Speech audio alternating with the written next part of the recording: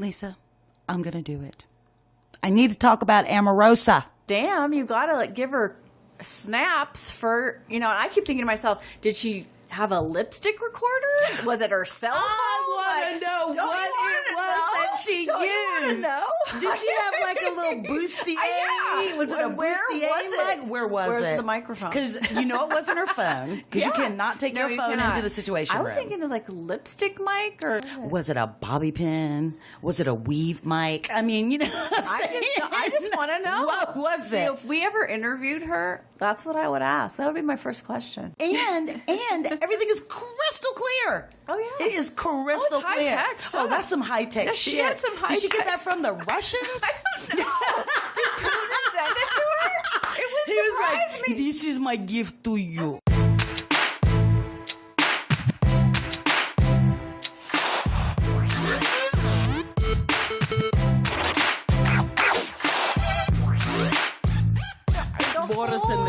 The whole thing is so This insane. is for you. The whole thing is so Shonda insane. Rhimes The whole thing is so could not have written better than this. No offense to you, Shonda, because you know I'm like, oh, insert the angelic music. That's my girl. But holy crap, this is scandalous. Can I just tell you something? The thing that gives me, you know, just a little bit of that Schadenfreude, if we're going to Schadenfreude, put in some words of, you know, delighting over other people's suffering, is that the women, in a grand twist of irony, are going to take this motherfucker down. That's what's happening. No. Even women. better. Black women. Yeah, even better. A black woman. Better. But then he tweets about her as this loser, calls her a dog. And it's like, okay, excuse me, but you hired her. Let's not even talk about the things that he says about Maxine Waters or anyone else of color. Let's not even talk about, He's so dead classe, it's beyond. He is trifling. He's disgusting. Is what he is. He is trifling. So disgusting. So, as an American, and yes, I have a birth certificate, I can't close my eyes because I don't feel safe. I think we're all feeling a collective stress on a level that's really never existed before in modern times. I really believe that. It is, let's face it.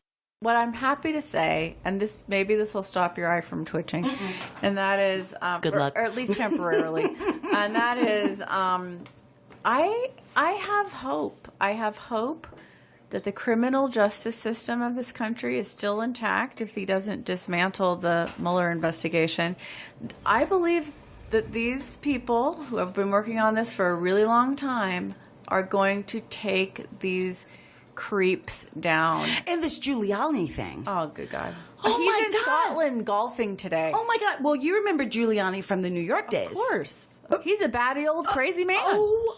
Oh, my God. And then that woman, the White House press secretary, Wednesday Adams. Oh, you mean Sarah Huckabee Sanders? Oh, yeah, Sarah Huckleberry Sanders. Huckleberry Sanders. Oh, she's just... Oh, my God. There is so much Kool-Aid drinking. No one will listen. Talk about collusion. They're all colluding with each other. But see, now here's my segue. This is what I think brings us as to try to cope with all of this really, really intense political stuff. And if you're just hiding under a rock and you don't want to look at it, I feel sorry for you because this is our reality in the United States right now if you're listening around the world. And it's rough and it's so disappointing. It's so hard. So what do we do? It's so hard being an American right now. We escape to Netflix. Yes. We escape to Amazon. We escape to Hulu. Whatever we need to binge watch this stuff and go to the movies because let me tell you, we can't live. It's hard to live in the U.S. right now. It's hard to take on this every single day. The onslaught of just lying, criminality. Just look into the camera, criminals, and just lie. They're all crooks. His crazy ass is bulletproof. I don't know why, but he's a criminal, and he will go down. Mark my words, either resignation or impeachment. I'm telling you. You sound like I'm telling you. You sound like Bonnie Prince Charles on Outlander. Outlander. Bonnie Prince Charles. He goes, "Mark me, mark me, Jamie." No, and the New Yorkers will unite. My stepfather grew up in Queens. He and Trump are the same age. Right. Always hated them. They were just the worst people. He had the power, like that Robert Preston in The Music Man, go to the small town where people don't know you, and all of a sudden, a con artist is alive and well. And that's the one thing he does quite well. We got trouble right here Trouble in River City. There's trouble in River City. With a capital P, and that rhymes with, and that stands for pole. Yeah, oh my God. It's scary, man. But you know what I go back to is what we were talking about on last week's podcast. It's like Hannah Gadsby said, the definition of a misogynist is Trump. I mean, literally, if you look it up in the dictionary, he's Trump. There's this he picture. despises what he desires. He hates women. Yes. Okay, but he desires them. Stormy and Karen McDougal, and all the whole host of other ladies that he's paid off to not talk and whatever. Again, I'm not going to judge someone's personal life. That's not the part that bothers me, honest to God. What bothers you? What bothers me is that he just lies. I mean, he just lies. He's covered up. His definition of law and what's allowable, is what he thinks. And he thinks he's above the law. And if he doesn't think that that's big of a deal of a crime, then it's not a crime. It's like, no, you have to be held to the same standard of justice as everyone else. And guess what? You're going to find out real quick how the law works in this country. Absolutely. And as for people saying, oh, he's not a racist. He's not trying. He's just gross. And he champions this hate. And if you have hate within you, it gives you a license to be like him. And it's a scary time. And this is not what America is about. And that's the part that is making your eye twitch. I just hope it doesn't move to the left eye, because then it'll be like, it's like a mambo on my face. I just don't want my ulcer to come back. I'm just praying for that every day. I know, right? He's the worst. I don't know what to say. He is just the worst. He's one of the worst examples of a human being on this earth. Sorry, not sorry. Sorry, not sorry, which leads me to, this is a perfect segue.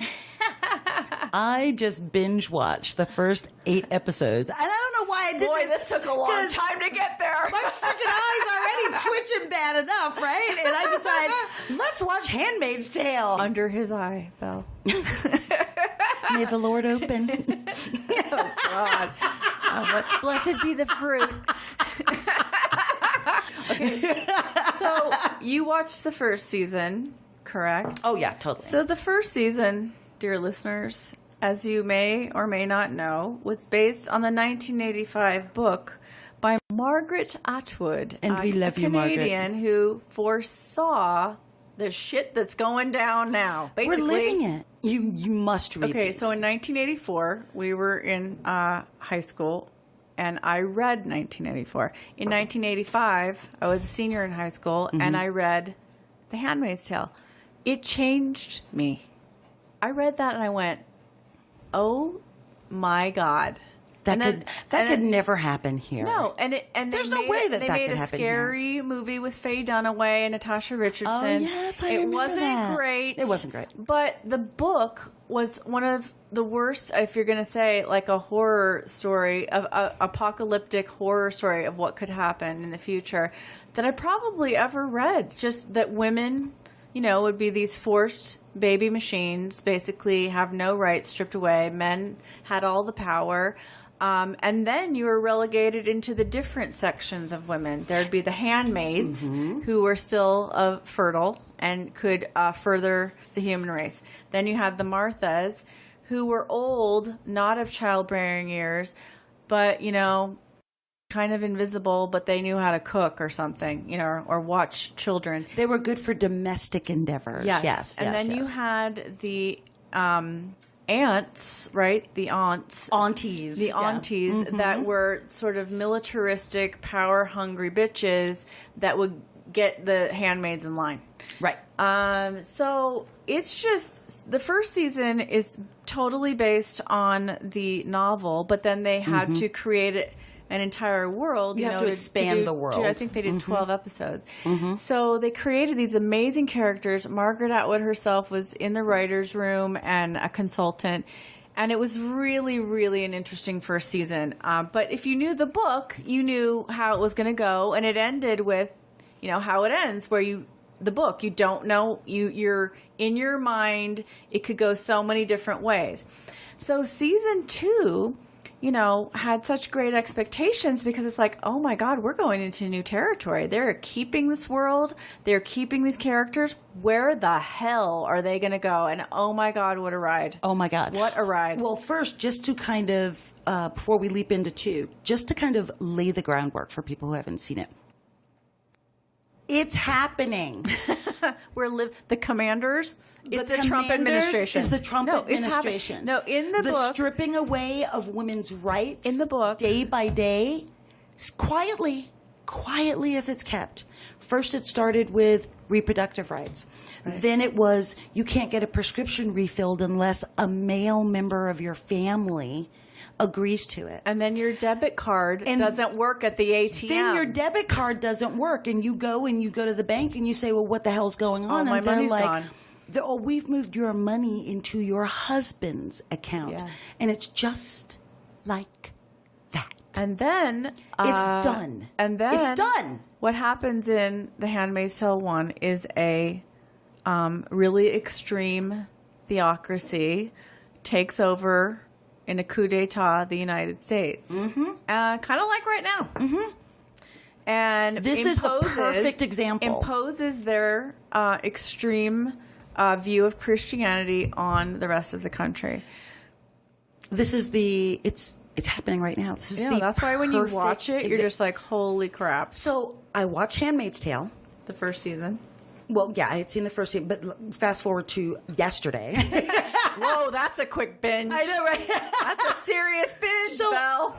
Seriously, I'm watching all of this stuff on CNN and Fox, and who's in there impeaching, and he's lying, and she's lying, and I got tapes, and your mama sucks dick, and what the hell? Stormy Daniels. What? And then I go watch season 2 of him, and I'm Why like, not? And because that's what would do. I might as well have been watching freaking CNN and Fox News and all of the news up because what is happening, it's like a mirror. And if you are not frightened yet, you need to wake the fuck up. I'll say it's like we're one step away from it. I used to think we were like 8 steps away. I think we're like 1 step away if they continue to get away with this shit. If they continue to get away with it. I've never lost sleep over who's in the White House. I'm an average citizen. My job is to raise my children, pay my taxes, be a contributing member of society, and for the most part, we leave the running of the government to whomever it is that we elected. Now, will I write a letter? For the most part, are decent people who studied law and the Constitution and history, and who served who have served our country, whether it was military, public service, but they have given back to this country repeatedly. And then there's P.T. Barnum, aka the Donster, and you're just like, oh my God, this man has. The only loyalty that he has is to himself. It's a shameless cash grab, as my son would say. My 12-year-old Your 12-year-old son gets Mom, it's a shameless cash grab. That's what he's saying about the president of the freaking United States. So in season 2, we go into this deep dive of this of our world, which is so, the writers are so brilliant the way they've constructed these characters and their arcs. If you are interested in character development at all, oh my God, you start, the first episode is such a free fall and you're just so outraged. I was weeping. It's a crazy ride. I was weeping the first 60 seconds. I kid you not. I think I've cried every episode. They knew exactly how to get me. They played Kate Bush. There you go. Well, the music in it is really good. They picked the perfect song. Oh my God. For the soundtrack. But I gotta say though, it's, we gotta give some kudos to some people. I think all the actors are incredible. Elizabeth Moss. Well, Jesus Christ. Oh my God. Give her the Emmy again. Just hand it to her. Just give it to her again. Just hand it to her. Give it to her again. Elizabeth, get a good dress. Get a good dress. And You're get your gonna need speech it. together. Get your speech together. Yeah, Because, girl, oh my God, she's amazing. wow. She's so amazing. I mean, I've loved her since Mad Men, Top of the Lake. I was never everything a fan she of does. Mad Men Everything she does for is some fantastic. reason, but this, wow, total junkie. Yeah, well, I have to say, I binge watched it too. When it was happening week to week on Hulu, I didn't want to watch it. I said, I'm waiting till the finale's done, and Right. I'm going to watch it in 2 days. And Right. I did. Right. I could not stop watching it. You have to find out what happens. It's that kind of thriller, too. So I'm on 8. I started yesterday. Oh my I God, started Belle. yesterday. I know. Oh, Belle. What happens in the last few episodes? Oh, don't tell me. It's going to Lisa. blow your mind. It blew my mind. Especially, okay, we have to talk about the finale. No, in the not not now. In the next one, because But I watched 8 episodes. You got to finish it tonight. Come on, you can do this. Was it 8, 4 9, more 10, 11, hours? 12, 4 more hours. Oh, You Dios can, no, you mío. have to. You're not going to believe what happened. So Now we know why your eye is twitching. It's all about Gilead, okay? I thought that they couldn't get better I know. in season 2 than what they, No, from I season actually 1. think it's probably better. It is better. I know. It is. It ups better. the ante. and it shows you another layer. Yes. Right? You're getting this other layer of society. But what's really fun too is it's so rare to have really, really complex characters where when you watch TV as much as we do, you get to see, there's the one-dimensional, there's the two-dimensional, and it's great. And we're not highbrow people. Like I went to go see Mia 2, for example, this weekend. Loved it. The biggest. It's total crap, but I loved it. Did you go see Black Klansman yet? Yeah. Oh my God, Lisa, you have to go see it because we need to. I was supposed to see it last night. My We mom have to took talk me to the about it. opera. I know we have to talk about She it. wanted to see Madame Butterfly. Madama Butterfly, another patriarchal nightmare. But anyway, the music was Set to music. Gorgeous music. Puccini, incredible music. I love, but Awesome the costumes. story is so tragic beyond words. A 15-year-old Japanese war bride who gets abandoned by her American barbarian naval husband.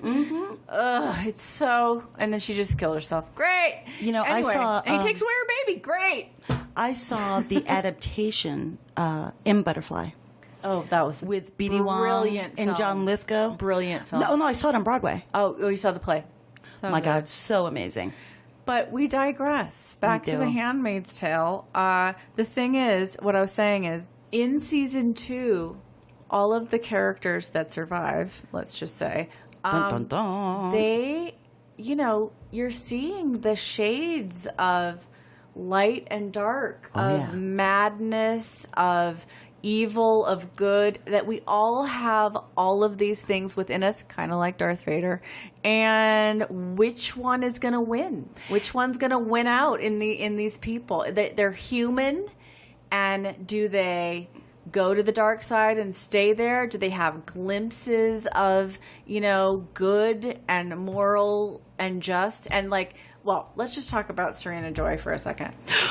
That character, Unbelievable. that season 2 really kind of belongs to her in some ways the most, because her character goes through such unbelievable. You haven't seen it yet, but you get the backstory. the transformation, More backstory. and when I talk about What made her a zealot? well, the architects of what's going on right now, it's like, why do you have true believers that truly believe this is for the betterment of the country to have this? And then you have the people that just, want to be rich. And then Right. you have the ones that just don't give a shit about other people. And, you mean like whatever. kinda like now? Yeah, kind of like now.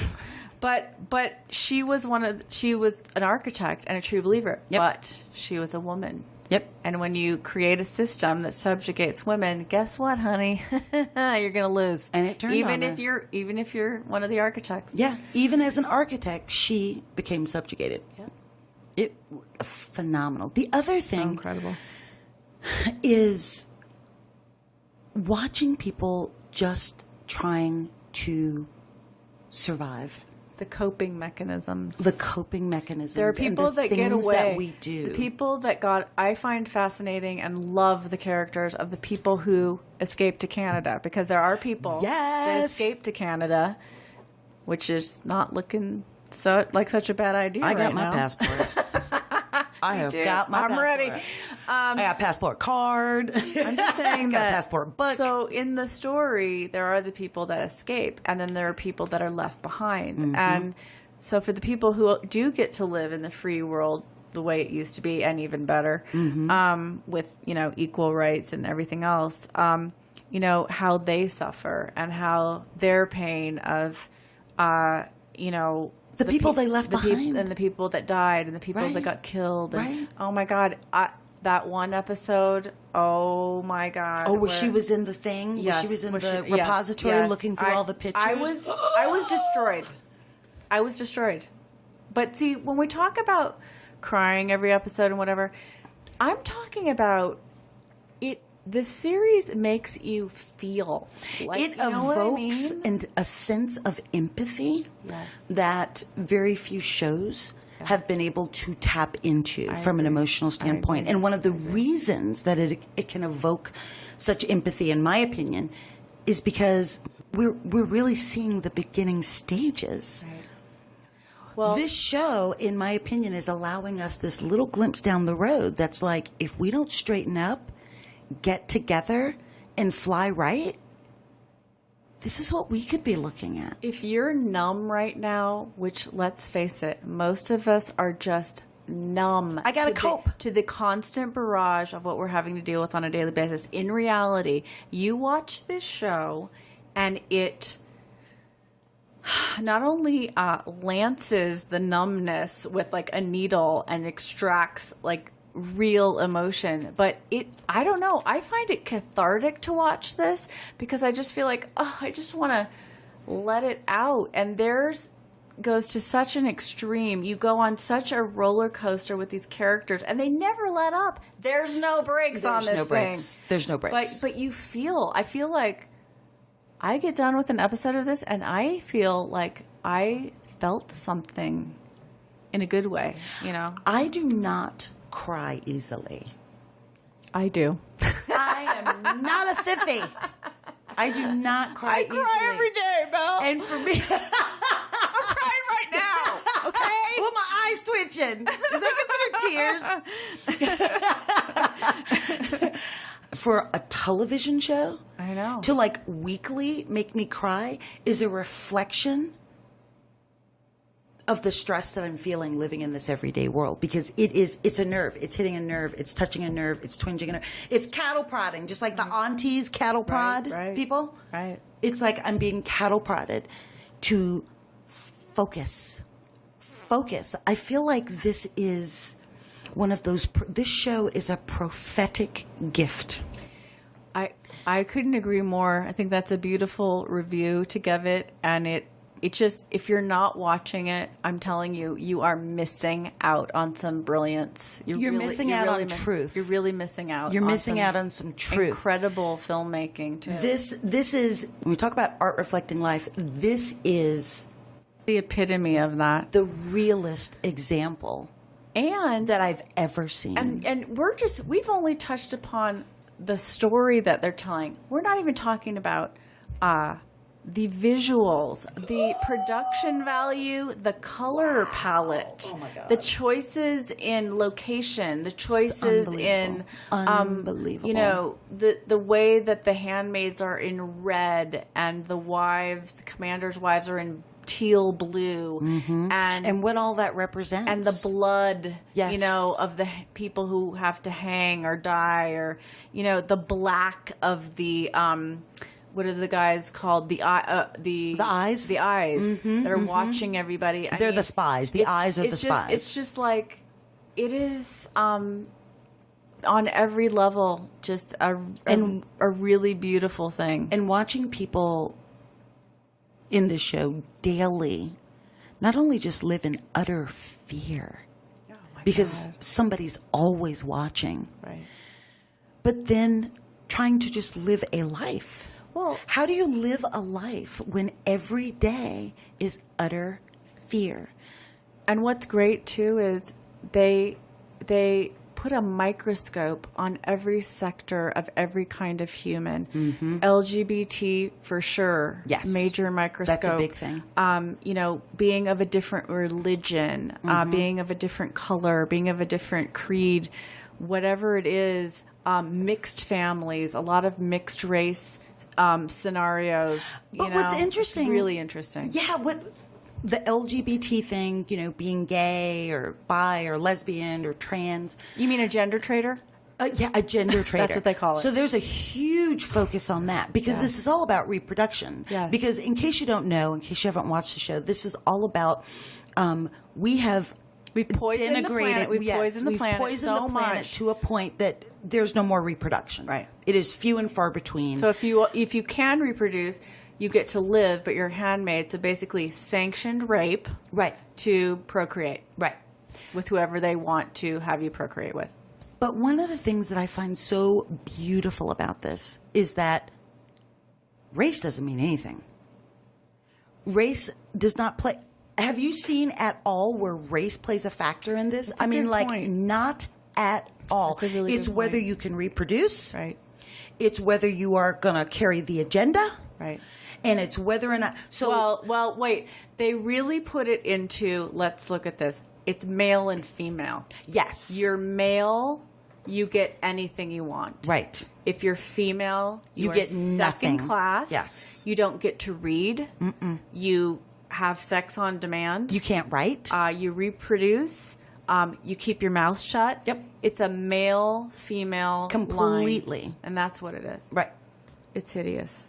It's beyond hideous. It's just the worst thing ever. It's your worst nightmare. But it's really fascinating because they don't focus on race at all. It's true. The only thing they care about it, can you reproduce? They don't care if you're black, white, blue, green, short, tall. Can you reproduce? They have to further the species, train them while they're young to hate. Right. And and to fear. And the girls are less than and the boys get everything. Right. And that's it. And there it is. And that's it. They keep the power. The men keep the power.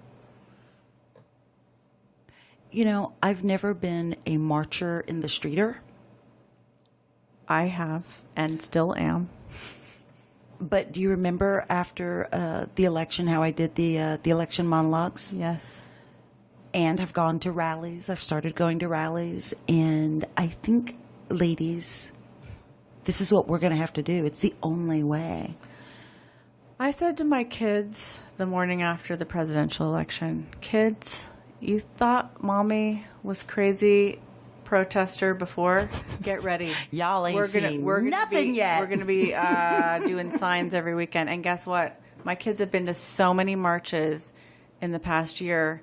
They're just like, but I love it. And when I see them and when I band with people who just want our basic freedoms, it gives me hope. It gives me hope. I feel like it is such a wake-up call. This is the epitome of art imitating life. 100%. 100%. And you need to be watching this. It's on Hulu.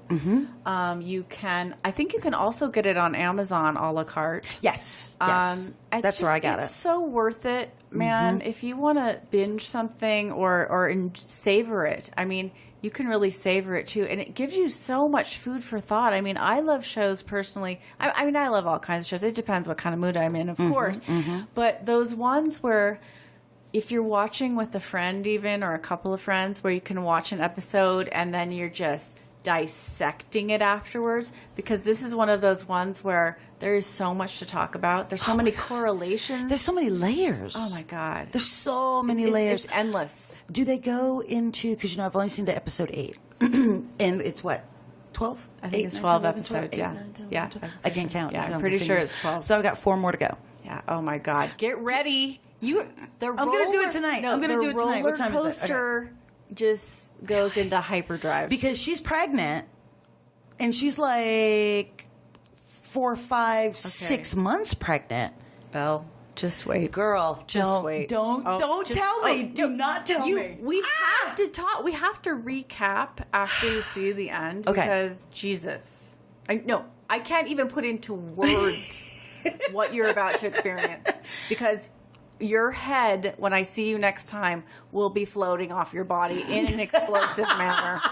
Okay, and I'm no exaggeration. And you're going to look at me and you're going to go, under his eye? And I'm going to be like, blessed be the fruit. Blessed be the fruit. No, when May the Lord open. My mom could not wait for me to finish. She was texting me every day, hurry up, I want to talk about the finale with you. Are you done yet? Are you done? I'm like, no, Mom, give me an hour. All right, and so we're going to talk about it next week. Oh, yeah. So that is our Emmy prediction.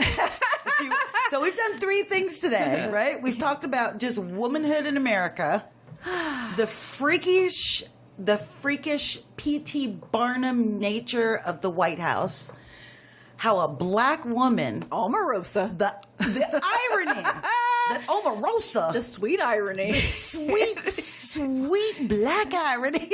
The viper that she is, taking down the grand viper master The that he is. grand wizard pit viper. Yep. The irony of that is know. just so juicy and But it's delicious. Please, so- Jesus, let so it happen. It's so perfect. It is perfect. It is perfect. It is perfect. It's perfect. Just his let it happen. His Just let it disdain happen. for people of color. This is like the perfect just desserts. It's the icing on the cake. It's like, did she now listen, if she premeditated all of this, which it seems like she did, who's the genius now? Art of the deal. Who's the genius Who's now? the art of the deal now? Who's the art of the deal now? And 2 days after her book went on sale, it was know. 30% off. Even better. It's She's at Costco. like, sell them books, It's at bruh. Costco now. Sell them bitches. Amazon, 30% off. But anyways, and then we Use ended the up code show IMPEACH with, 2018. and then we're ending it on the Handmaid sale. But you know, it all makes sense. That was a really good wrap up, actually. God dang, we handled a whole bunch of See, issues. Front Row Divas, you're going to get this kind of stuff. You know, sometimes we're not going to get this political every time, probably. but hello. we are in those times. Belle's eyes twitching. My ass is twitching. Eye is twitching. My stomach ulcer is coming back from Hand 30 me the years emo ago. oil. Maybe Help the emo me, oil Mommy, will help I need a me. hug.